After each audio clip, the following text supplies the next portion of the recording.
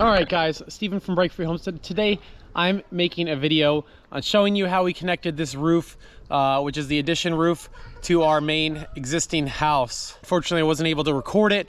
Somebody was helping me out, and some people don't really like to be recorded. We were just banging it out, trying to get it done as fast as possible. So I'm gonna explain what we did here today. So obviously, you start your bottom row upside down, and then we basically worked our way up over here and then over, and that's the pattern we did it in. We just did a vent here, one of the plastic stand-up vents, not some cheap foam thing, just to make sure it doesn't compact in the snow. Guessed which one would look the same, and they are pretty darn close. As you can tell, right above the ridge here on the addition is where we ended our new shingles. You have to strip this whole thing. You're gonna have to go as high as the addition itself, and then to the same width over there.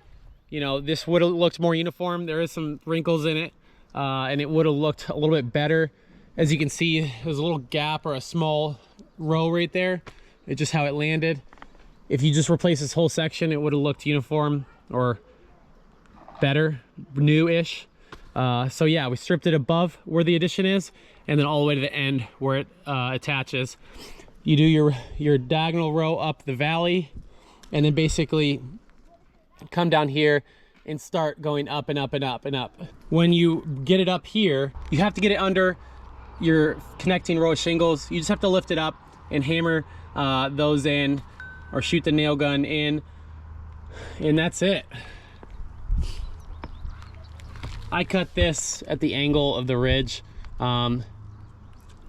It is whatever. But yeah, so basically bringing it up past, you have to bring it past, and then you have to bring it to the sides to get that done. Sorry this isn't the best roofing video, but hopefully you get an idea of how we tied this in. It was super intimidating for me, and that's why I called in a guy that has done roofs before to figure out what we were gonna do for this. It was beyond me on what we were gonna do. So hopefully this gives you a little bit of guidance or direction for what you're gonna have to do for your roof.